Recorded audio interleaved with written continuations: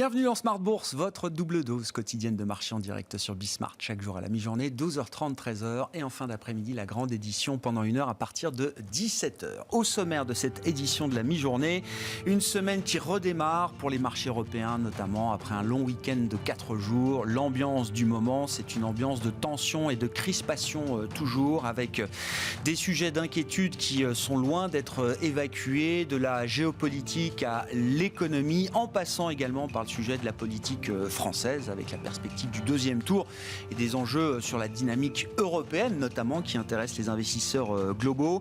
Tension et crispation, donc, qui justifient toujours une certaine prudence, une prudence même importante, il faut le dire, de la part des investisseurs. On voit des marchés actions qui sont en baisse pour démarrer cette nouvelle semaine sur les marchés européens, une baisse de l'ordre de 1% à mi-séance. Vous aurez toutes les infos clés dans un instant avec Alix Nguyen, et puis on notera que la correction obligataire, alors qu'il s'était calmé quelques jours, quelques heures la semaine dernière, repart de plus belle avec un 10 ans américain, un rendement du bond du trésor américain à 10 ans qui atteint pour la première fois depuis 2018 le niveau symbolique de 2,90%. Voilà pour l'ambiance de marché. Parmi les sujets d'inquiétude, les inquiétudes sur la croissance en général qui augmente aujourd'hui, et une inquiétude particulière sur la croissance économique en Chine. On détaillera ce point dans quelques instants avec Laetitia Baldeschi, responsable des études et de la stratégie de CPR Asset Management. Mais oui, on peut parler d'une alerte économique aujourd'hui sur la croissance chinoise, avec un discours des officiels chinois qui peut inquiéter. Certaines sources estiment même que Pékin pourrait mettre entre parenthèses sa stratégie de prospérité commune pour gérer avant tout l'urgence économique et sociale, avec une demande finale qui s'est considérablement affaiblie au cours du mois de mars en Chine, et un taux de chômage, c'est un indicateur important quand même du risque social en Chine, un taux de chômage qui est remonté en direction des 6%.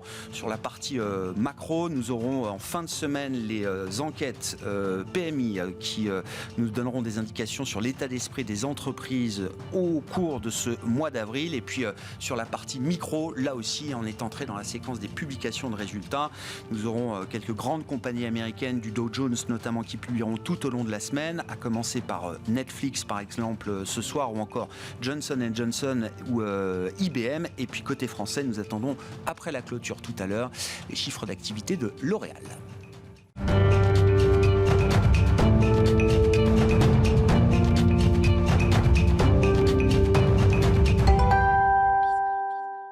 L'ambiance de marché résumée en quelques minutes avec Alix Nguyen. Tendance, mon ami, chaque jour à 12h30. L'ambiance de marché qui reste relativement hivernale à ce stade.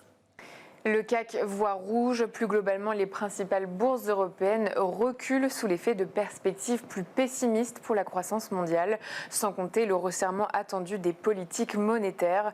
Pour cette année, du fait de l'impact attendu de l'invasion de l'Ukraine par la Russie, la Banque mondiale réduit de près d'1 point de pourcentage sa prévision de croissance mondiale à 3,2%. Avant cela, vendredi dernier, la Banque populaire chinoise annonçait l'abaissement du taux de réserve obligatoire des banques d'un quart de point, entendant de ce fait atténuer l'impact du ralentissement économique. La semaine à venir se trouvera aussi rythmée par une multitude de publications trimestrielles d'entreprises en Europe comme aux États-Unis. 9 sociétés du CAC et 7 composantes du Dow Jones se prêteront à l'exercice les prochains jours. Il y aura aussi Netflix et Tesla. Aux États-Unis, Wall Street a clôturé sur une note stable hier, partagée entre les bons résultats trimestriels de Bank of America et la faiblesse persistante du marché obligataire. Le rendement de l'emprunt à 10 ans a frôlé 2,88% en séance, soit son plus haut niveau depuis décembre 2018, alors que James Bullard, le président de la Fed de Saint-Louis, a déclaré que des hausses de 75 points de base du taux des Fed Funds ne devraient pas être écartées, et d'estimer que dans son combat contre l'inflation, la Fed doit agir vite. Il a par ailleurs réaffirmé que d'ici la fin de l'année, il fallait porter les taux d'intérêt à 3,5%. Sur le plan des valeurs à suivre, le secteur du luxe connaît des dégagements. Hermès, Kering et LVMH reculent. Le géant des cosmétiques L'Oréal, dont le chiffre d'affaires trimestriel sera dévoilé après clôture, chute. Et puis Score est en net repli après avoir prévenu que ses résultats du premier trimestre seraient impactés par l'invasion russe en Ukraine.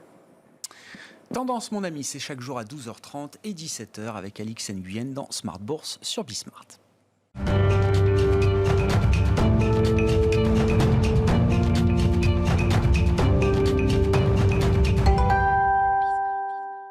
Alerte sur la croissance économique chinoise, c'est le sujet dont on parle pour entamer cette édition de la mi-journée de Smart Bourse avec Laetitia Baldeschi qui est avec nous par téléphone, responsable des études et de la stratégie de CPR Asset Management. Bonjour et bienvenue Laetitia.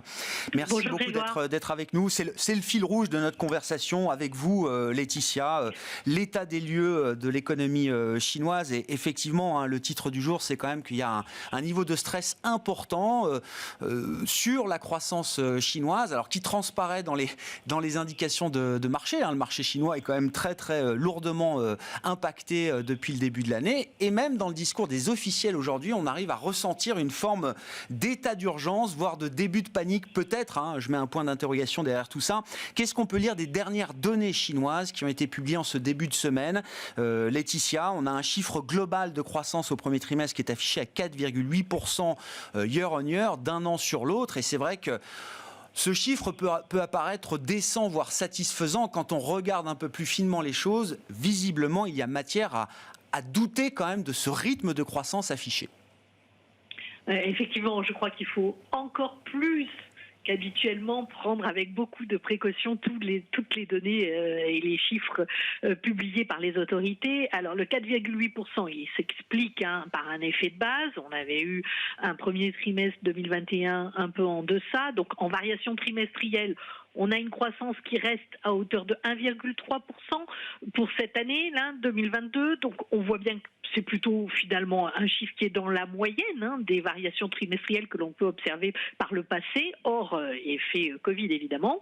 Mais quand on regarde les données publiées à côté de ce chiffre, on peut s'interroger notamment sur ce qui inquiète beaucoup, c'est tout le pan de la consommation, puisqu'on a eu des ventes de détail qui ont été publiées en recul de 3,5% en glissement annuel sur le mois de mars.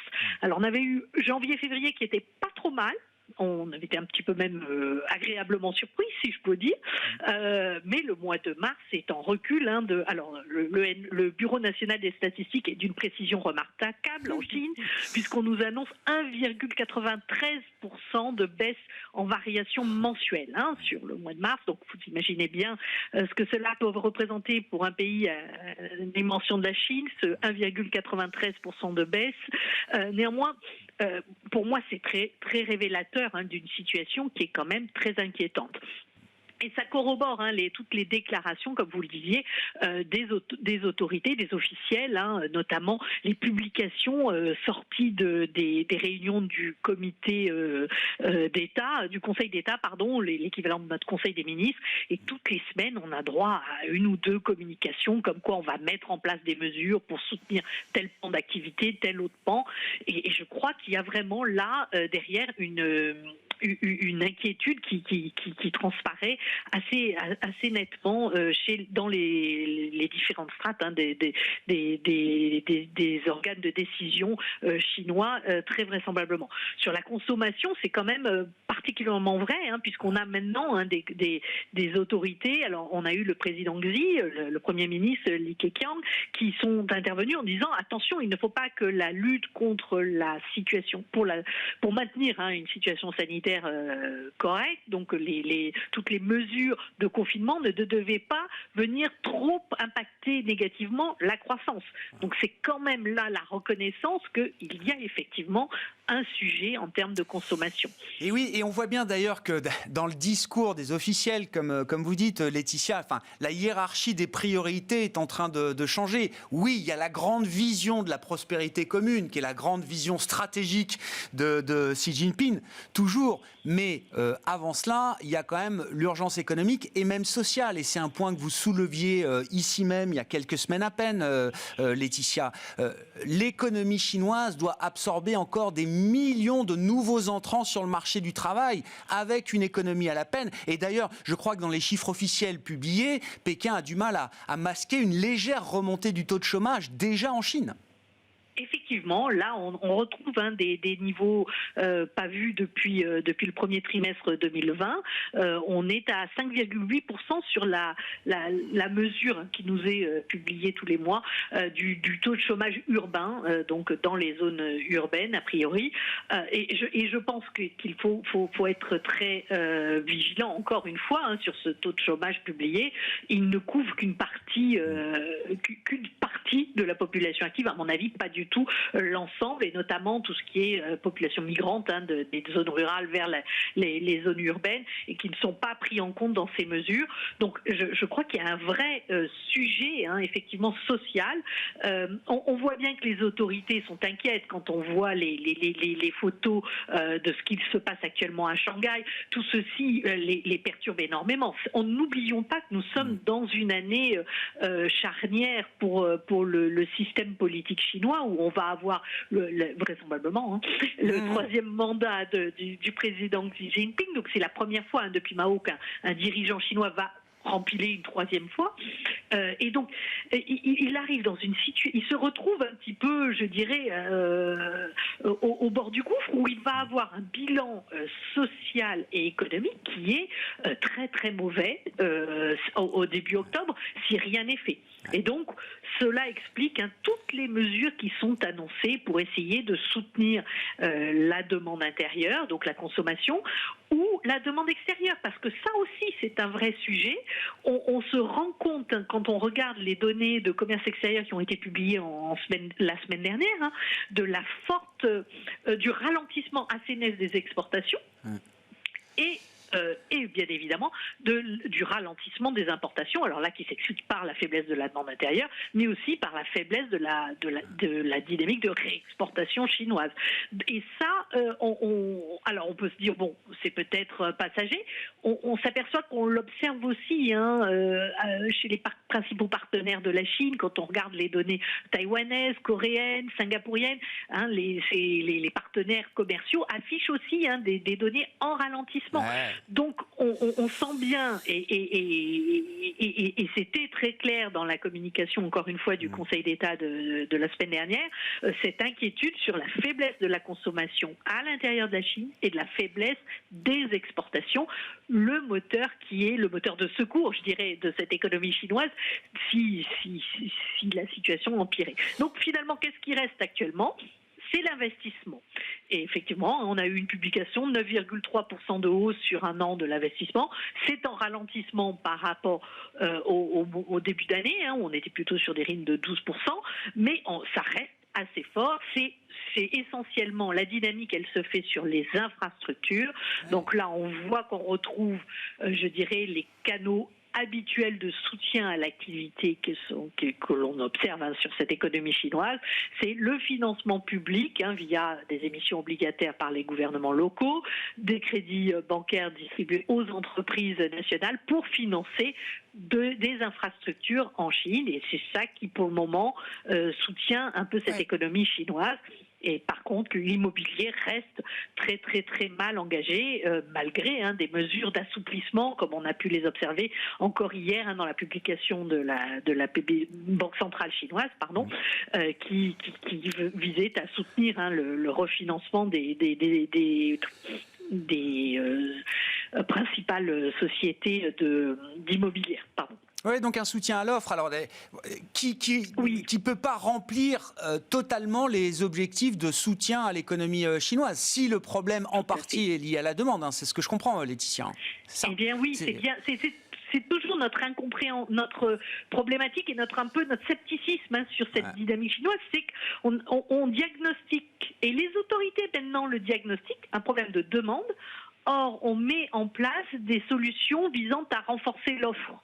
Typiquement, sur les mesures mises en avant pour la consommation des ménages, on parle de réduire les quotas qui limitaient les nouvelles immatriculations de voitures pour relancer donc les ventes d'automobiles. Mais le problème est peut-être pas là, puisque encore faut-il que les ménages puissent acheter une auto.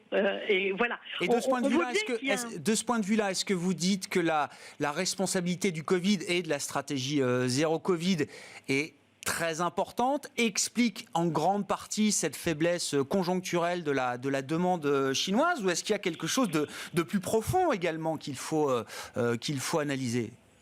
Moi, j'ai quand même le sentiment qu'on est la transformation de ce modèle chinois, dont on parle depuis 10 ans maintenant, qui s'est fait progressivement en faveur de la demande intérieure. Eh bien, elle n'est pas complète et surtout, elle a été faite que du côté de l'offre, encore une fois. On n'a pas essayé de régler ou d'assainir et d'apporter de la confiance au consommateur final via un système de protection sociale beaucoup plus important et plus généralisé. Et donc aujourd'hui où il y a ce climat d'incertitude qui est quand même très, très fort, lié, alors évidemment pour bonne part en Chine, encore aujourd'hui lié à la situation sanitaire, mais on le voit bien, enfin la géopolitique, il y a énormément de sujets d'inquiétude. Et donc, dans une économie où vous n'avez pas l'assurance que finalement, un peu comme on voit dans les pays occidentaux et qu'on a pu observer sur les 2 dernières années, où vous avez un État qui en dernier ressort vous aidera, eh bien, vous faites votre propre assurance pour l'avenir. Et donc, vous faites de l'épargne de précaution. Donc, on voit bien que tant qu'il n'y a pas cette certitude que l'État sera là, pour seconder au cas où, eh bien, on aura un problème de demande. Merci beaucoup Laetitia, merci pour cet éclairage et cette discussion continue qu'on entretient sur la situation chinoise avec vous, Laetitia Baldeschi, responsable des études et de la stratégie de CPR Asset Management.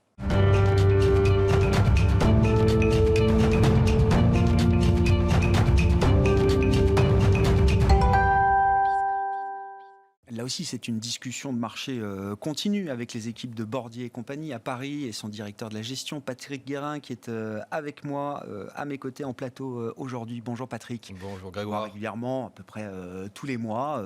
Depuis le mois dernier, alors c'est vrai que l'exemple chinois est frappant, mais c'est un exemple parmi d'autres d'inquiétude au pluriel, d'un niveau d'incertitude au pluriel qui ne cesse d'augmenter. On atteint encore un niveau supplémentaire d'incertitude par rapport à il y a un mois quand on se parlait au même endroit, Patrick. C'est vrai qu'on assiste quand même à une accumulation qui n'est pas extrêmement favorable depuis un mois. On l'a déjà évoqué à plusieurs reprises, mais c'est toujours bien de resituer l'intégralité des problèmes auxquels nous sommes exposés. On a une inflation qu'on n'arrive pas à contrôler. Elle est très forte. Elle est forte en eurozone, elle est forte au Royaume-Uni, elle est forte aux États-Unis particulièrement. On a des taux d'intérêt qui grimpent aussi très fort. Ils grimpent parce que la Banque centrale précisément mène des actions pour essayer de juguler cette inflation. C'est particulièrement vrai aux États-Unis, mais on voit bien que la Banque centrale européenne, elle aussi, envoie des signaux dans lesquels elle fait comprendre qu'elle est préoccupée par cette inflation qui est grandissante. Alors, on pourra toujours argumenter en disant que c'est une partie de cette inflation, elle est imposée, c'est-à-dire qu'elle vient essentiellement des prix de l'énergie, le gaz et le pétrole, depuis le début de l'année, et puis plus encore depuis le début de la guerre en Ukraine, certes, mais peu importe, j'allais dire. Les chiffres sont là et les chiffres inquiètent les marchés. Donc, ça fait beaucoup de choses qui viennent s'ajouter à cette situation particulière de la Chine, puisque la Chine fait partie, dans un monde global tel que nous le connaissons, des chaînes d'approvisionnement. Donc, quand on a 350 millions de Chinois qui sont confinés, on comprend intuitivement que ça pose des problèmes de circulation des matières premières, des produits. Donc, ça ralentit encore les supply chains qui pose un problème depuis un an, en gros, depuis le début de la fin du Covid, si j'ose dire, en tout cas chez nous. Donc ça fait beaucoup de choses. Et pour autant, il faut bien reconnaître que les bourses mondiales sont, disons, encaissent le coup, si j'ose dire, finalement pas si mal que ça, quand on voit que bien sûr, on est en territoire négatif, mais on a un CAC qui est autour de -8 depuis le début de l'année. Le SPI 500, c'est la même chose. Alors, le Nasdaq, c'est une situation un peu particulière. Il s'était remis un peu de ses émotions lorsqu'on s'était vu il y a un mois. Bon, mais malheureusement... Oui, force est de constater que c'était plutôt un faux signal qu'autre chose, c'est ça. Oui, exactement. Les marchés s'étaient rassurés parce qu'ils avaient trouvé que finalement... vu la décote constatée sur les belles valeurs de la tech US, c'est peut-être une bonne idée d'y retourner. Mais avec des taux, comme on l'a évoqué tout à l'heure, qui sont aujourd'hui près de 3% sur le 10 ans US, c'est à nouveau un élément de stress. Et on a un Nasdaq qui aujourd'hui est à peu près à -15. depuis le début de l'année, moins 15%. Donc, ces belles valeurs qui avaient bien retrouvé une forme d'intérêt des investisseurs ont été de nouveau l'objet de dégagement parce que, en fait, le papier brûle un peu. C'est-à-dire qu'il faut essayer de trouver, et c'est pas facile, trouver des zones dans lesquelles on se sent à l'aise pour investir. Et aujourd'hui, il n'y en a pas beaucoup. Non. Il n'y en a pas beaucoup. Bon, on peut aller sur l'énergie, mais c'est très volatile. On peut aller sur la pharma. La pharmacie en général, qui est un peu cher malgré tout quand même, mais qui reste, on le voit bien, intéressante pour les investisseurs qui voient en cela un secteur très défensif, avec de la visibilité sur les cash flows. Donc il y a un intérêt autour de ces valeurs-ci. Mais le healthcare, le secteur healthcare, santé, pharma, est au plus haut historique en Europe, notamment après des années de de-rating quand même. Il y a quelque chose, effectivement. Là, de ce point de vue-là, il y a un signal, il y a quand même quelque chose. On se précipite sur des valeurs défensives, tout à fait. Dans un environnement où on se dit que la croissance sera probablement beaucoup plus modeste qu'anticipé en début d'année, et on a même certains instituts qui sont beaucoup plus rigoureux dans leur de-rating, dans leur perspective de ralentissement. Pour autant, je ne pense pas que le moment soit venu de parler de récession. C'est-à-dire qu'on voit bien, par exemple aux États-Unis, que plus que jamais, les ménages américains manifestent l'envie de consommer. Les crédits à la consommation en mars ont été à un niveau très élevé. Signe au passage quand même que certains ont fini de puiser dans le bas de laine. C'est un peu le signal qu'on peut y voir aussi. Mais c'est quand même une bonne nouvelle. Parce qu'on pourrait imaginer que s'ils étaient inquiets pour leur avenir, peut-être n'auraient pas cet appétit de s'endetter. En effet. Or, c'est tout à fait une dynamique forte qui est corroborée aussi par la confiance des consommateurs. On l'a vu la semaine dernière aux États-Unis, elle est solide, très solide. Alors, elle s'appuie aussi sur des perspectives de hausse des salaires. Donc, évidemment, 5% grosso modo de hausse de salaire aux États-Unis. C'est beaucoup. L'inflation est à 8,5%, mais une bonne partie est quand même compensée par la hausse des salaires. Partiellement. D'où les crédits à la consommation, si on voulait schématiser un peu. Et en France, en Europe, en tout cas, c'est pas du tout la même problématique, parce que cette augmentation des salaires, on la voit pas du tout. Ce qui permet d'ailleurs à la Banque centrale européenne d'avoir une vision un peu plus prudente. Plus prudente aussi parce que pas très loin, il y a quand même un conflit et qu'il affecte, on le sait, et il affectera encore plus dans les prochains mois les perspectives de croissance dans la zone euro, beaucoup plus que ce ne sera le cas aux États-Unis. Et donc la conversation, vous dites, qui est très réelle, sur l'idée d'une récession prochaine, elle mérite d'exister, mais il ne faut pas non plus piloter tous ces investissements aujourd'hui en fonction de cette idée-là. C'est ce que vous dites C'est exactement ce que je dis. On voit par exemple que James Bullard, celui dont nous parlions tout à l'heure, qui laissait entendre qu'il ne fallait pas écarter une perspective d'augmentation de 75 bips des taux directeurs. En même temps, c'est lui aussi qui dit mais on ne s'inquiète pas parce que la croissance aux États-Unis, elle est forte, elle est beaucoup plus forte que la croissance potentielle, et donc on arrivera à piloter ça. On aura un ralentissement probable, pas tout de suite, au demeurant, dans 24 mois peut-être. Et 24 mois, c'est long pour les marchés. Donc ils n'achètent pas les résultats à 24 mois, ils achètent les résultats du prochain trimestre ou des 6 mois à venir. Donc, et puis il peut se passer beaucoup de choses encore entre les deux. Donc la perspective et la vision de la Fed, c'est pas celle d'une récession. Ne négligeons pas pour autant le fait que les économistes interrogés, eux, commencent à avoir une vision qui est beaucoup plus dégradée. En janvier, ils étaient assez sereins. En avril, ils le sont un peu moins. Et on a bien vu. En juin, ils le seront moins encore. La Banque mondiale, alors c'est un exercice de prévision, toujours difficile, et puis ce sont de grandes institutions, et le travail prend du temps, donc arrive toujours un petit peu en retard par rapport à ce que le marché des anticipait. Mais on était, pour schématiser, à 6% de croissance mondiale en 2021, quand même une dose de croissance assez exceptionnelle. Ce sera sans doute un rythme divisé par 2 cette année. Alors la Banque mondiale affiche encore 3,2% de croissance. Mais j'entends des prévisionnistes chevronnés qui disent le risque, c'est qu'on soit sous les 3% de croissance mondiale, peut-être au terme de cette année 2022. Donc, alors après, c'est toujours une question de perspective. Il faut savoir d'où on vient. C'est-à-dire que 2021, c'est une année exceptionnelle. Si on arrive à faire 3% de croissance, ce sera très bien. Ça sera très bien. En Europe, on serait ravis. Je pense que ça sera peut-être pas le cas, mais on serait ravis.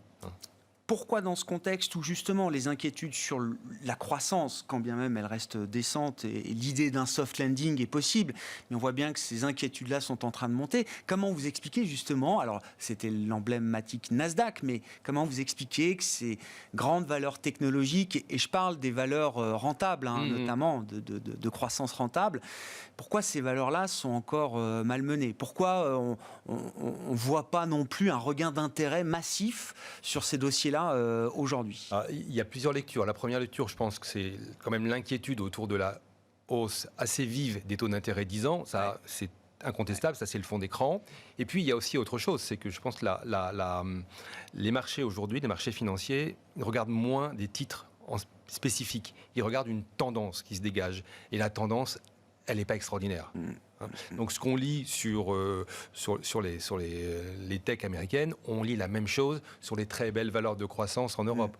Le luxe, par exemple, qui souffre terriblement. C'est quoi l'idée que ces groupes-là ne seront pas immunes totalement face aux difficultés Alors oui, bien sûr. potentielles, possibles? Alors oui, bien sûr. Mais je crois qu'il y a aussi le fait que vous savez, les marchés sont un peu moutonniers.